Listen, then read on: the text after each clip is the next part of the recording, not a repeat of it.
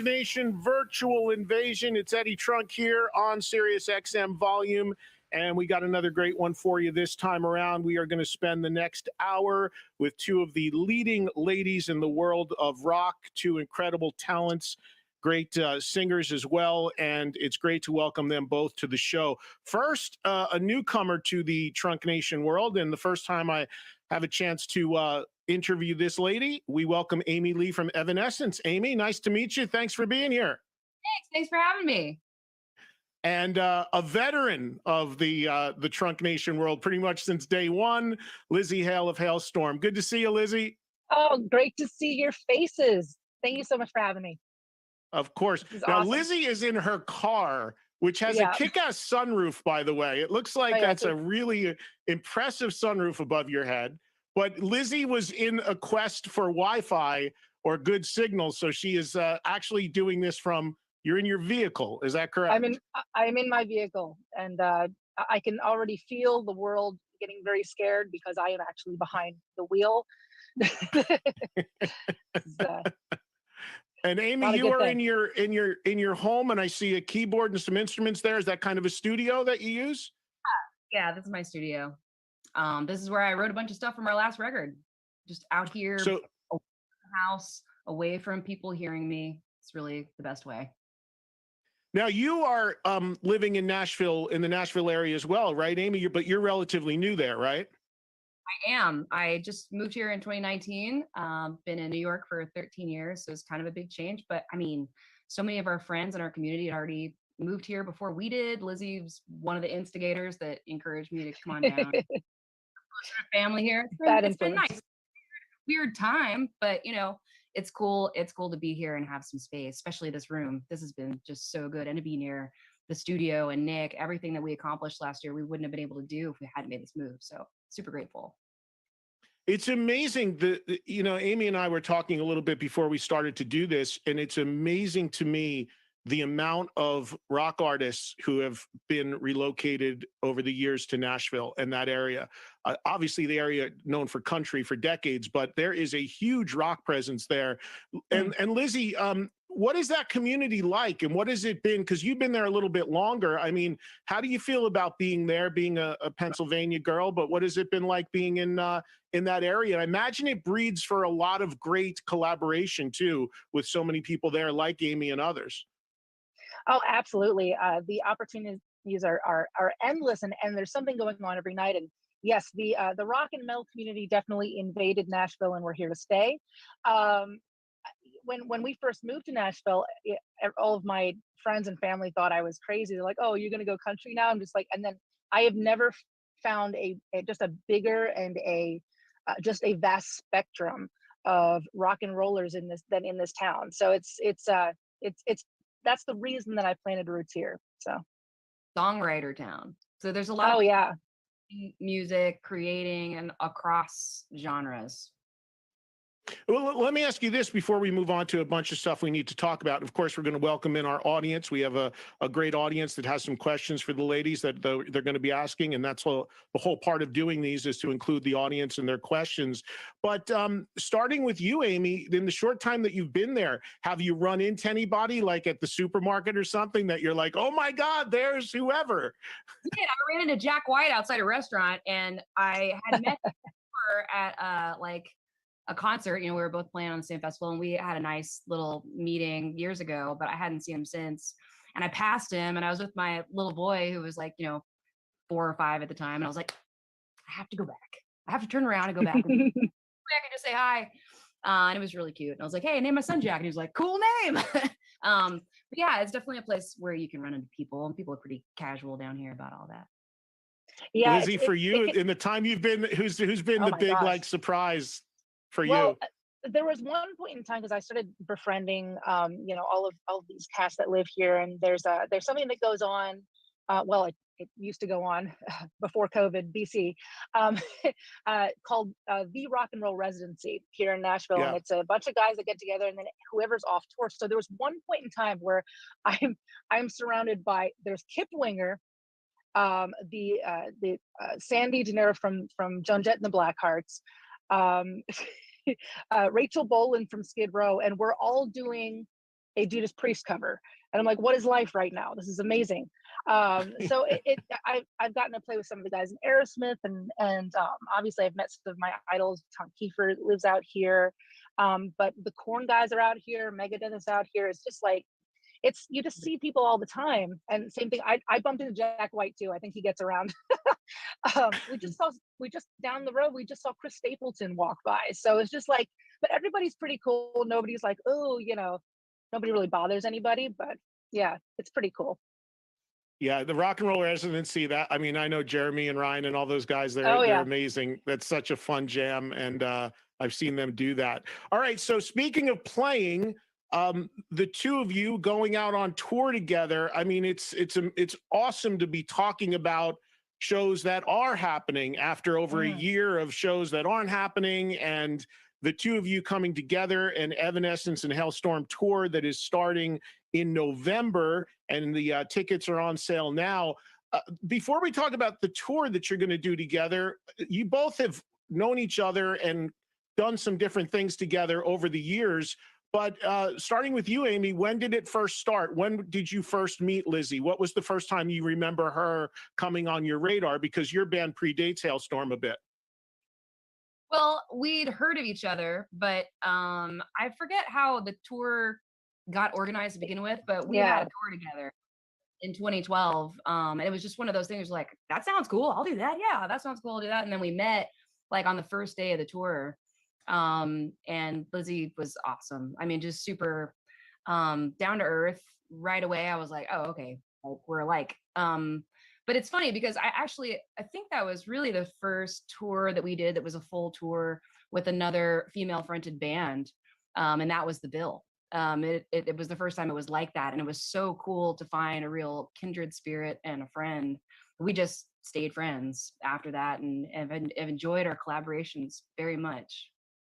Yeah, it's such a beautiful thing to have a friend who is literally in the same position that you're at in the world, in your band, the same genre, to really connect with a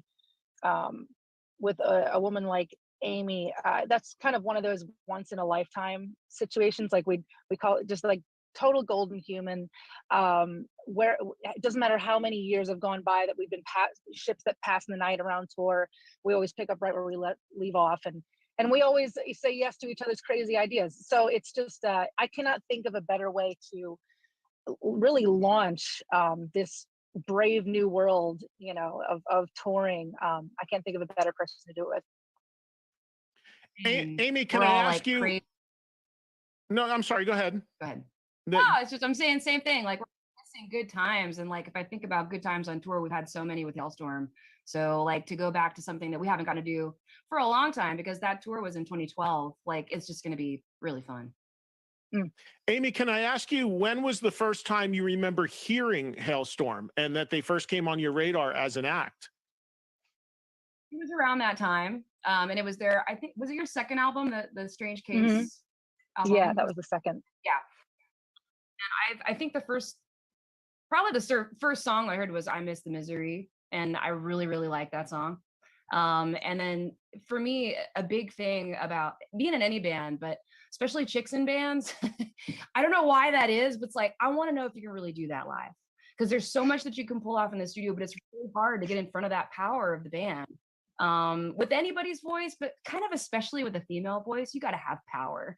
And I remember watching that first night and being blown away by her voice. Obviously, she's an amazing guitar player. Well, I don't even know if that's obvious. She's an amazing guitar player as well. But vocally, I was just like, okay, we are in something good here. Like, this is going to be a good tour. And I think I probably watched every night. So yeah, she's got the pipes.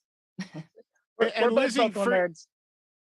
Well, and Lzzy, for you, when do you first remember hearing Evanescence? Because again, the release of the first Evanescence album was a few years prior to your at least major label debut. So when do you remember hearing Amy sing and her band? And did it have I imagine it had an impact on you as an aspiring rocker yourself? Oh, absolutely. We weren't, anywhere close to being signed yet, and when I heard Amy for the first time, it was Bring Me to Life. It was the first single, but it was on 1057 The X, out of York and Harrisburg, Lancaster, Lebanon, our local rock station. And I just remember your voice coming in, Amy. Like, I still remember this. We were in the car. I think we were going to a gig. We had a family conversion van with the donkey trailer carrying our gear. and and I remember hearing your voice and being like, "Oh, Jesus, turn that up," right? And that's the kind of music that I love. It's like that you weren't expecting to hear on the radio, but you turn up the volume. And I just remember feeling like, "Oh, thank God," because there's somebody there to pass the baton, to be like, "Oh, hell no, I'm here and I'm a girl, and girls in rock are a thing." We've talked about how when we were kind of first showcasing for labels or first meeting label people, they kind of looked at me and they're like, "Oh, dude, like, girls in rock aren't really a thing. So we don't know what to do with you." And then Amy kind of proved that completely wrong. So yeah, it I opened think a lot of doors. like the fact that that could be pushed forward to like helping anybody else, really, it's actually been a cool, like, surprising thing for me, because it didn't seem like I was the first at anything. I looked up to so many women in the 90s. I mean, Shirley Manson and Veruca Salt and Hole. There was a lot of stuff going on in the alternative moment. But then there was this change somehow in, I don't know, like 2000 or something. And suddenly girls were like pop, girls were like the bubblegum thing, and boys were like the super masculine hard rock thing. And Yeah, suddenly it was vision, and it was hard to say, I don't know. I always thought that being unique was really cool.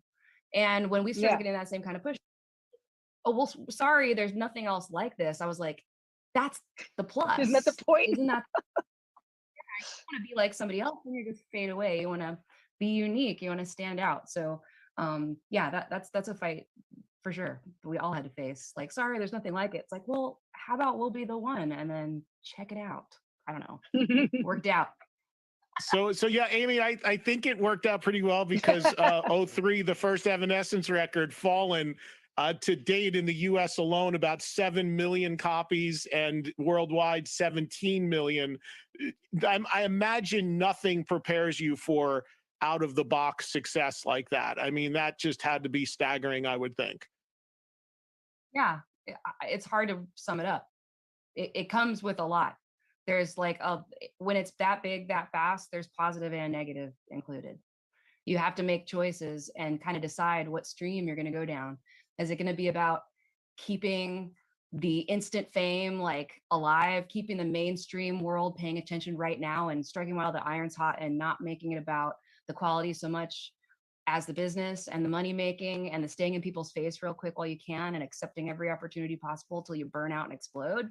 Or is it about making art, and you're going to do what you're going to do and take the time it takes and say no and make people really mad because you won't do everything they say and you have your own brain. And I have fully believed, I'm glad to see at this point that we've survived the way we have, because we took the second road. I took the second road. And it's been something that hasn't been easy, but it's totally worth it, because I can stand by all the work that we've done and what our band has become with total pride. That it's always, every time I listen to it, even the old stuff, it's like, yeah, I'm still proud of that. That was good. And Lzzy, for Hailstorm, I mean, obviously out of the gate there was some success, but it's been a different story in that it's been a gradual build. I mean, as I've told you, my favorite record you guys have made was the latest one, Vicious, and I know you're working on a new one, which we'll touch on in a second. But that's a bit of a different arc, because I've watched you guys since day one, and the placement on the bills and the festivals each year goes up, and the records sell more and all that. So it's been a bit of a more gradual thing for you, which I imagine is probably been a little easier for you to process, I would think. Oh, absolutely. I've always felt lucky for the slow ride.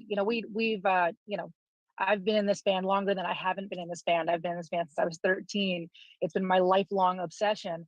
Um, and so, I mean, to even call this a career right now is still ridiculous to me. Like, the fact that I can even do that and I get to do what I love. for a living, because it was never about that. It was always about, well, what do we do next? What do we do next? How do we keep going? How far can we take it? Has always kind of been the MO with Hailstorm. So yeah, it did feel like, as much as obviously you get overwhelmed at certain points in your life, believe me.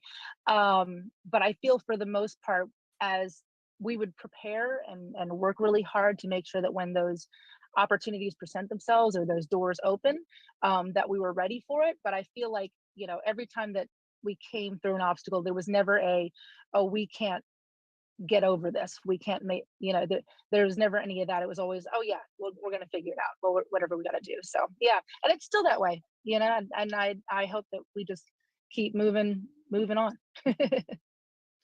So, Amy, you have with Evanescence a new record that we're going to touch on here in a second, and we'll go to Lzzy after this because they're working on a new record at the moment.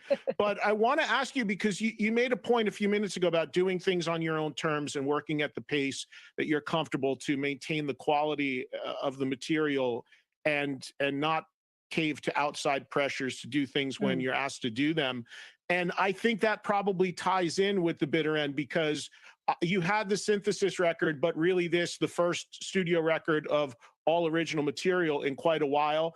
And people, I imagine that as much as it feels good when people say to you, why did it take so long? Because they want the record. There's probably another side of you that wants to say, hey, it's got to be good. And by the way, life happens too. You've dealt with some personal tragedy. I mean, there's a lot that goes on. So talk a little bit about the creation of the Bitter Truth and how things have played out to get to this point.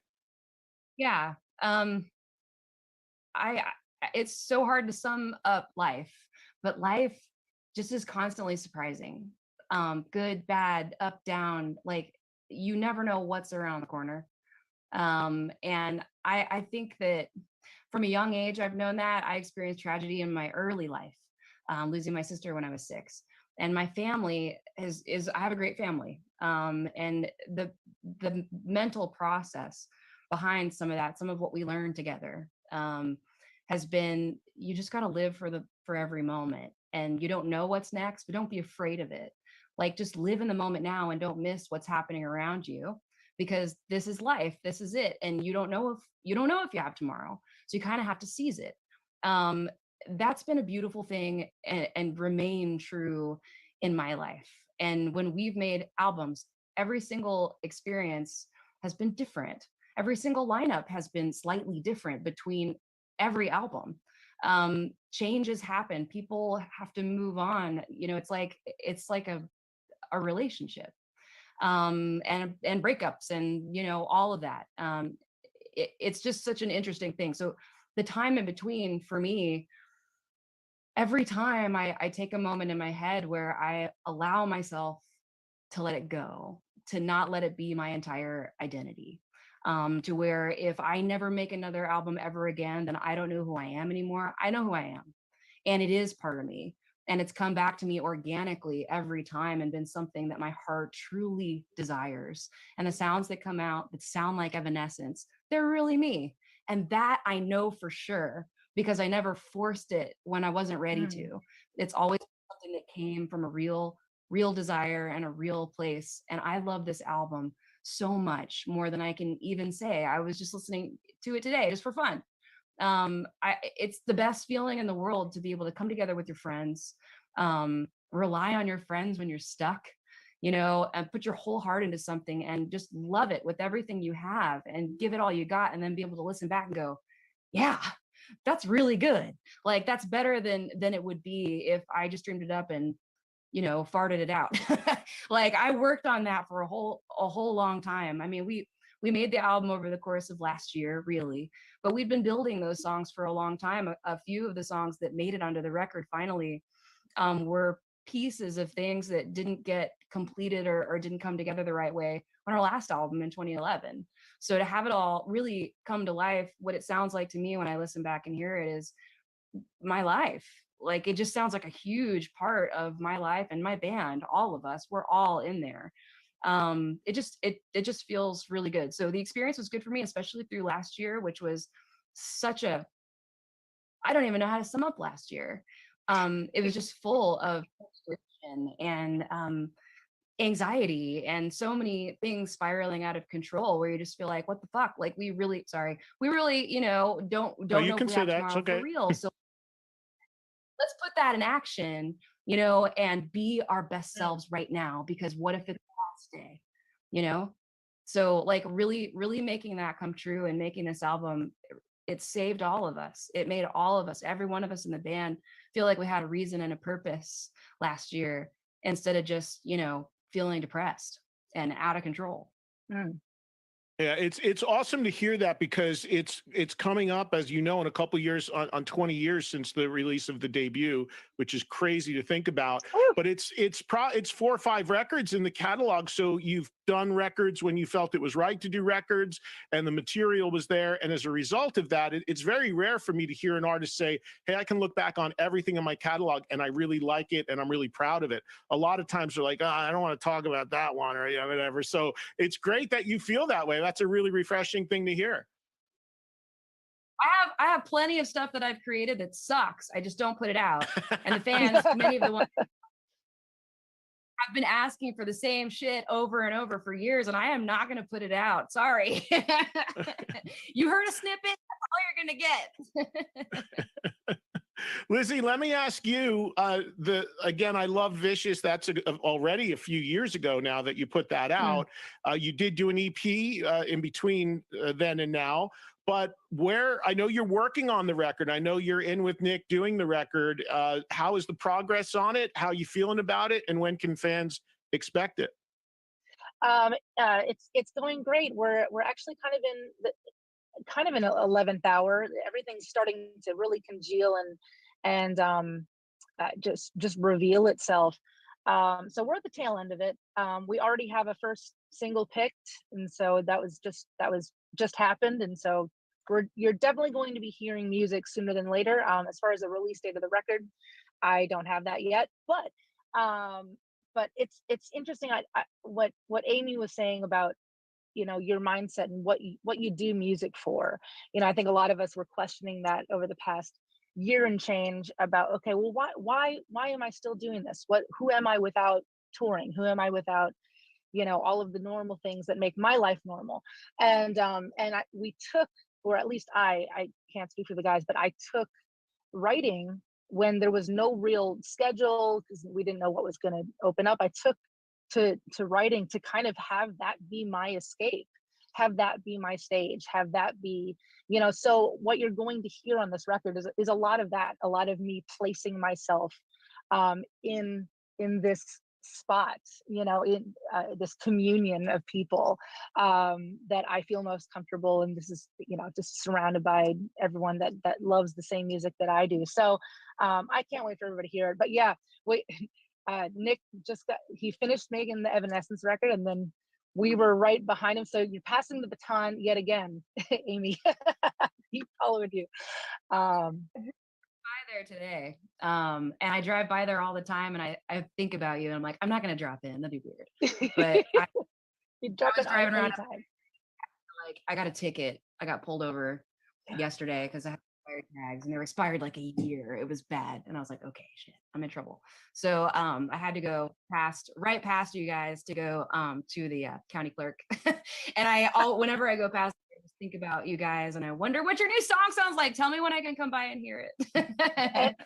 Anytime. You're gonna love it. I think. That's a no, you're gonna place love to it. be. And a shout out to Nick, for those listening, is Nick Raskulinecz, who is the producer who's worked with Hailstorm and Evanescence, is doing the new Hailstorm, did the last Hailstorm, did the Evanescence record, and is a regular listener of this show and texter to me about anytime I have artists on that he's produced, he's texting me, and he's or I'm just talking about rock. He's like, I got to chime in on that. So I think he's been on with me, or at least on my radar, almost more than the artists themselves, because he's such a fellow rock nerd. So you got to love that. Yeah, he's so passionate, and yeah, he's a fan of music. And I know that sounds surprising, like, oh yeah, a music producer that isn't a fan of music. There are a lot of those. There are a lot of those types of producers that are not fans of your music, let alone really listen to your genre. So it's just great to be working with a producer, that just loves the same kind of music and knows what we can do. And And he's not afraid to like. We've written so much material for this record, and a lot of it like we end up throwing out and then rewriting and whatever. And it's like what Amy said, what people don't understand is that you work so hard, you have to be willing to work so hard just to throw it all away and do it again and make sure it's right, because it has to be right, because you don't want to look back and be like, oh, I should have said something about that. So yeah. All right. Well, we have to take a break. And then when we come back, the whole reason we do these, as we call them, virtual invasions, is to include our great audience. So let's take a break and come back. And we've got some great questions from people who are watching. Okay, let's get to our audience questions right now. And our first viewer listener is Andrew. And Andrew is in Queens, New York. Let's get Andrew on the screen and on the air with us. Hi, ladies. Hey, Eddie. Big fan. Thank you, Andrew. The question I have for the ladies are, since there are so many new bands out with phenomenal female vocalists, what are your thoughts on that? That's awesome. Yeah, it's amazing. What's not to love? I think it's really, I think it's inspiring. I've definitely seen that grow, from my time in the industry to now, especially in the hard rock and metal scene, big time. It used to be just like a couple artists I could count on my hands, one hand. Now it's a whole bunch that I couldn't name all of. And I'm discovering new ones every day. I like Poppy. Yeah. And there's this other thing. Have you heard of Nina Sawayama? Oh yeah. It's like, I don't know if it's that she's always really rock, like metal, but like she just went for it on this album or something. It's just like heavy mixed with these pop moments, and it's really good, and I really like it. So I love discovering new music, and I love the ladies. Lzzy, and the ladies love you.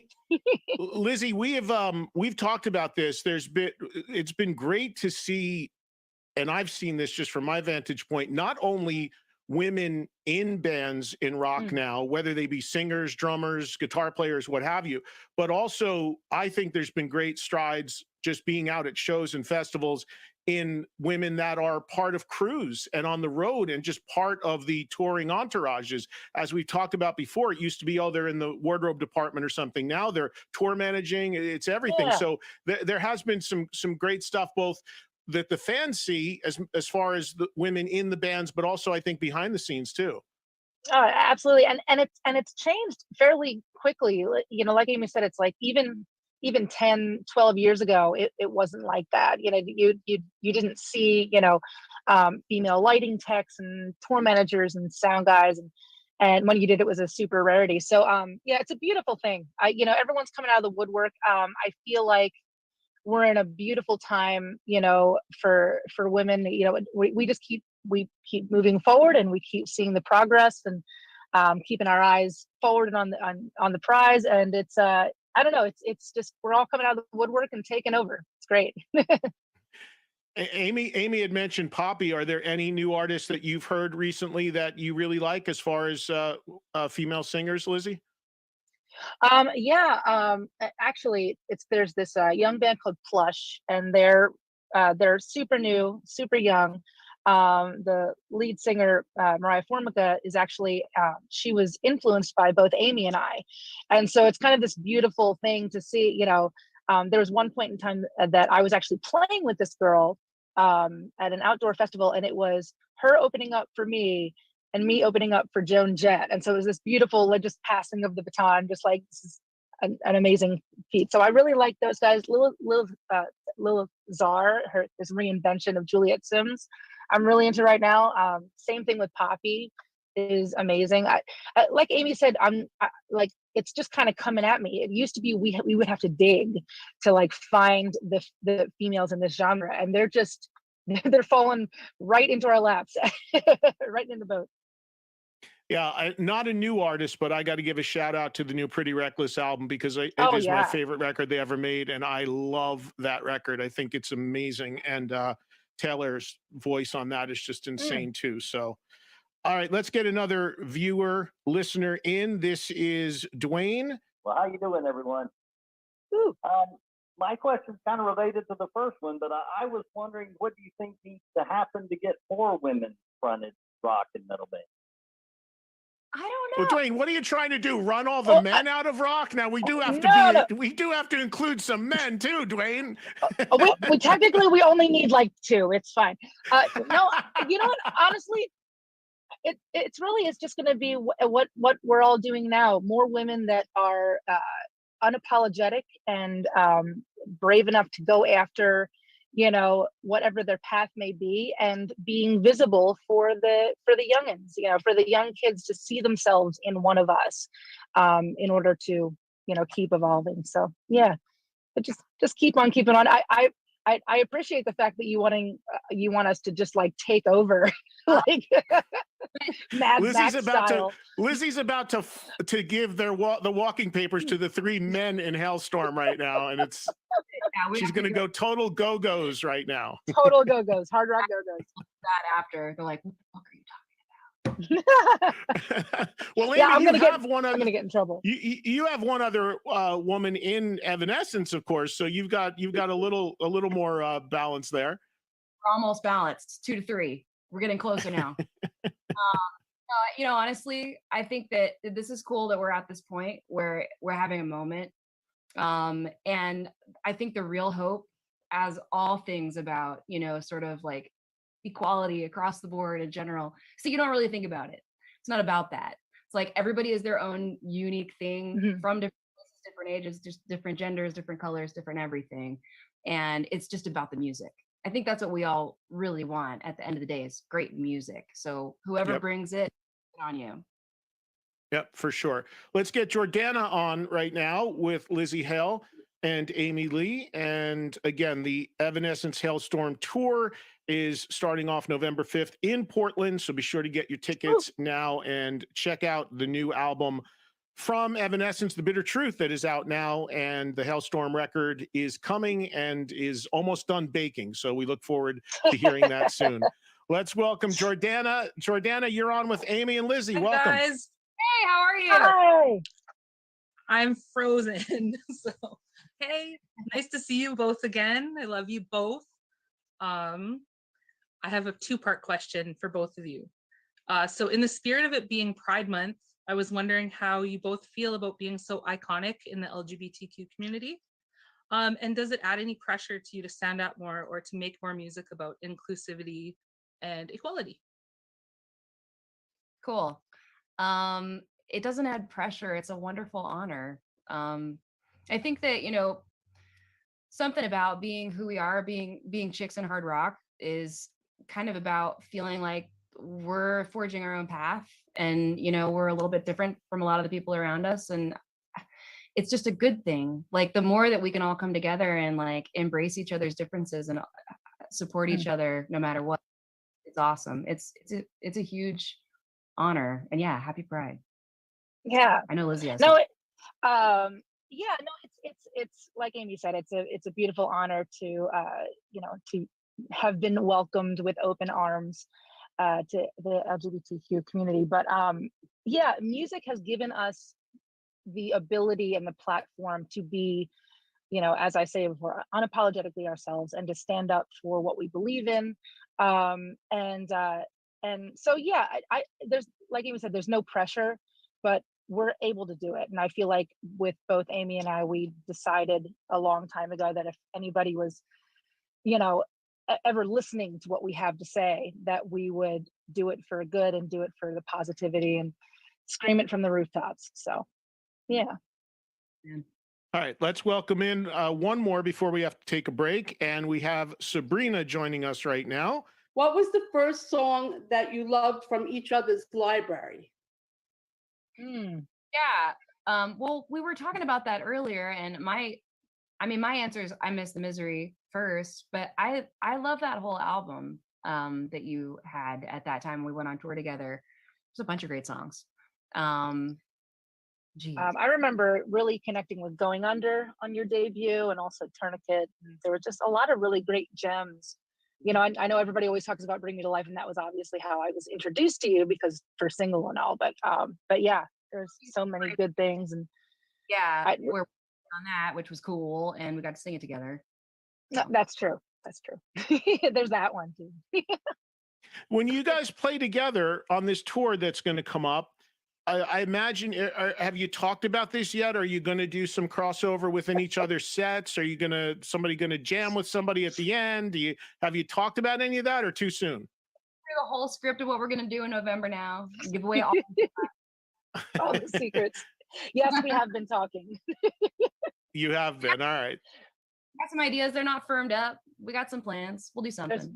There's too many great things that we could do, and so we have to narrow that down. Or else we're just going to take over the entire night. Will there be a third act on the bill, or is it just the two of you? Yeah. I don't know when that's going to be announced, but we will have somebody opening for us, and we've been plotting that recently. Yes. Okay. Very, very cool. All right, let's do one more break and we'll come back. We have a few minutes left. So ladies, I have a few questions here via email that we want to include, and I'll hit you with these. This one comes from Jeff Thompson, and Jeff writes, what exactly was the progenitor? Wow, that's a big word from Jeff. That's above my pay grade. What was the progenitor for getting you all together for a 2021 tour? Was it the pandemic or something you both always wanted to do? You kind of touched on this a little bit before. You were not really sure how this totally came together, but obviously you're friends. You've worked together before. You've been on shows together.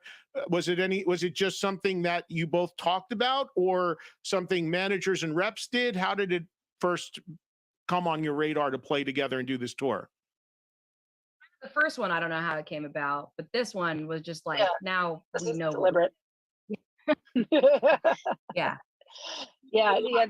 This one was deliberate. Yeah, the first time was like, oh yeah, this kind of came together, but yeah, this was premeditated.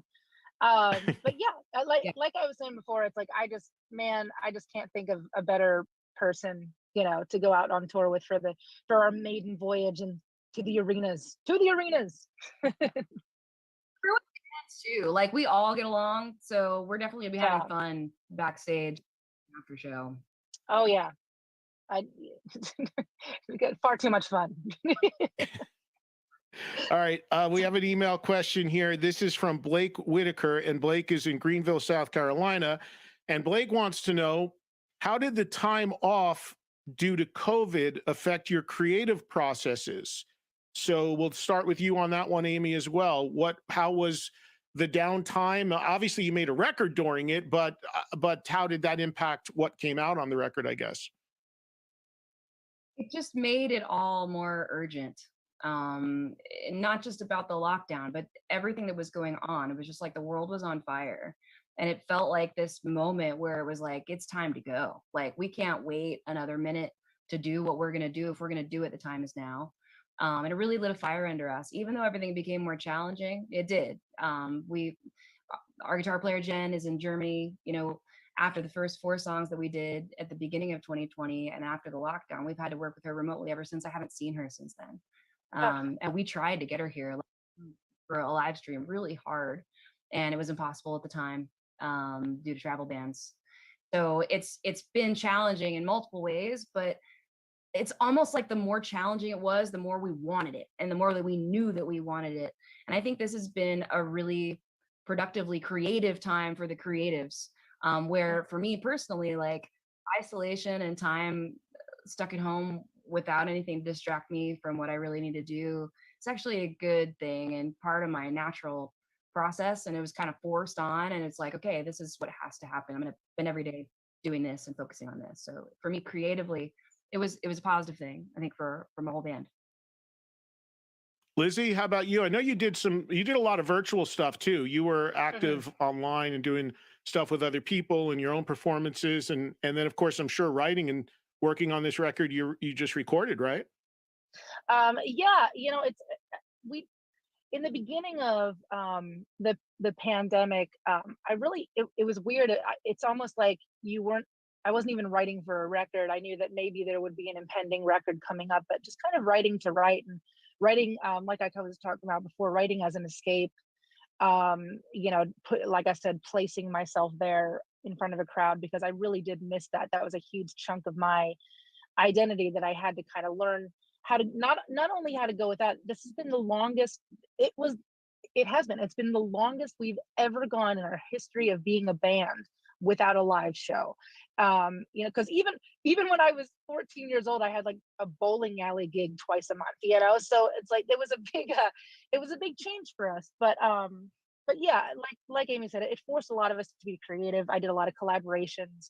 I said yes to a lot of different adventures that I probably wouldn't normally say yes to if we were on tour. So yeah, I don't know. It put us in a kind of backwards place, but I'm I'm grateful.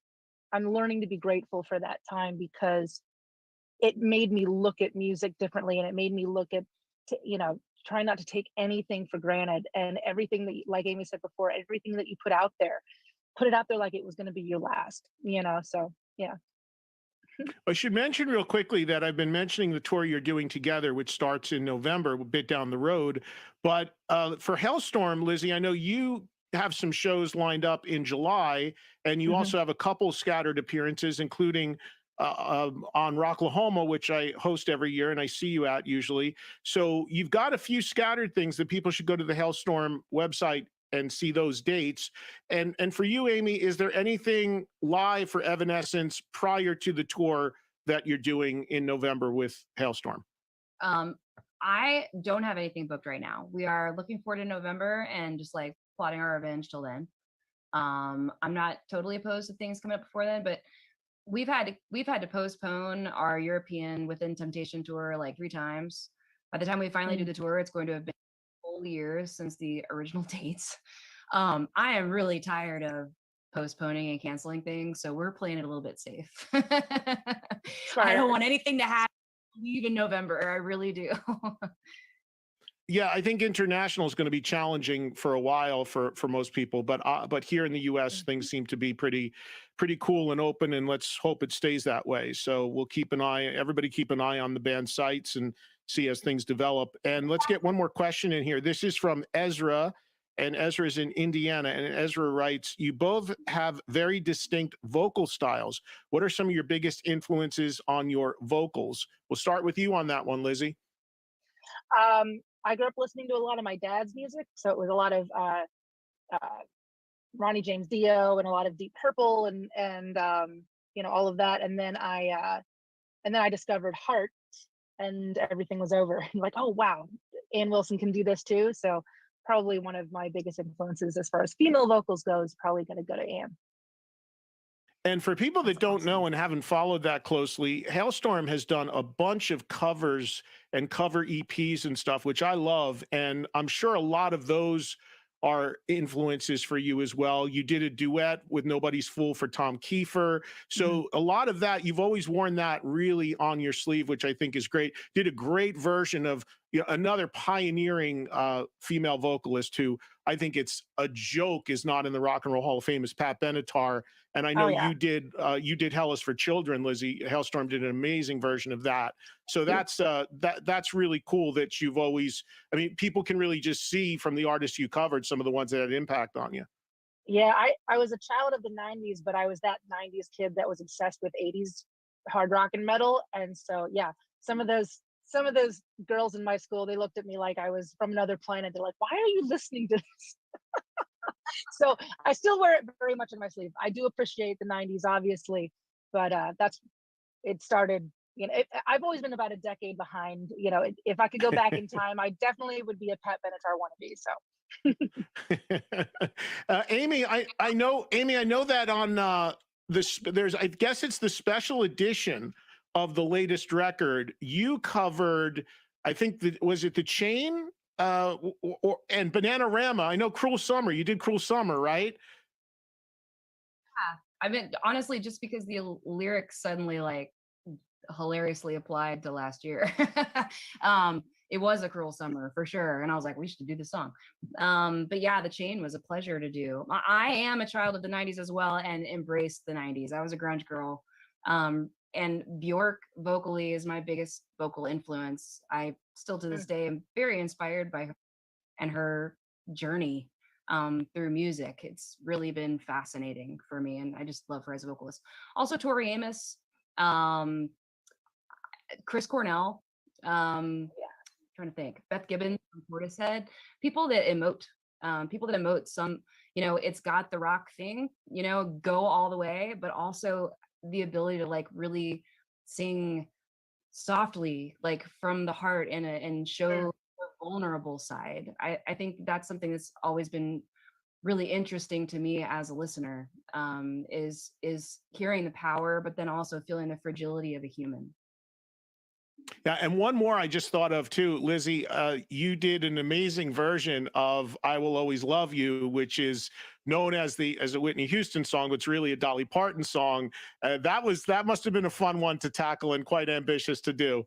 Look, I don't know why I do this. I do this all the time where I say yes and then dive head first, and I'm just like, yeah, I'm just gonna figure it out. But I'm telling you, like right before it was like the day to do those vocals, I'm like, what if I can't actually what if I can't do, it's like I didn't question myself, which is a good thing, but like until right before, and then you just kind of have to let that go and just do do your best job. But yeah, no, I think I secretly like doing that to myself. I like just kind of throwing myself head first in the shark tank and figure it out as I go along. It feels good to be challenged like that, no matter what, you know? Yeah. But you're doing it to yourself, which is kind of, I'm just like, that's dumb. I have free will here. And I do that every time we make music, and I make the songs way too high, and then I have to go out and sing Oh them yeah. live. And why did I do that? I knew better. I do this every time. Why did I I do was that? All just the time. I was just going to say that. I was just going to say that. I say this to artists that I love and the singers that I love.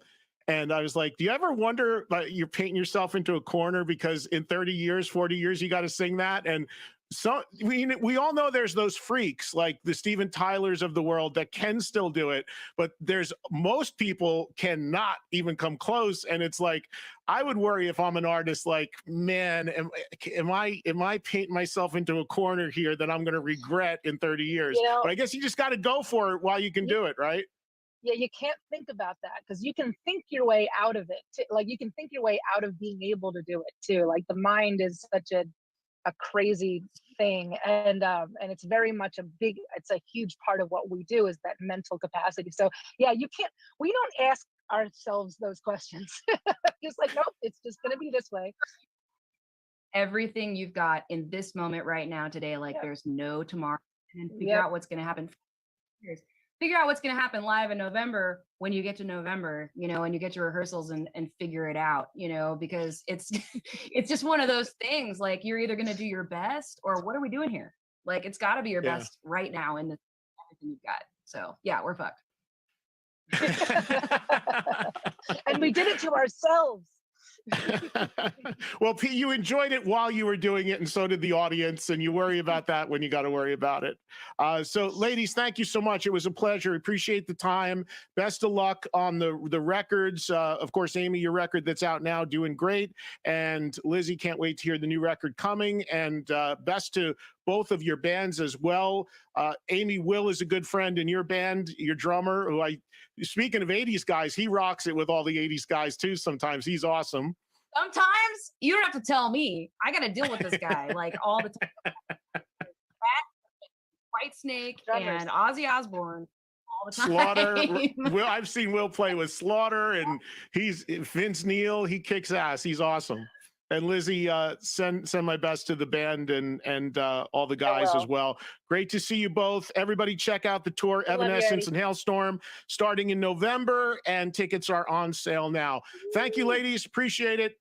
Thank you for being part of the Trunk Nation Virtual Invasion. Thank you, everybody who's listening and who watched, and we will see you again on Volume soon.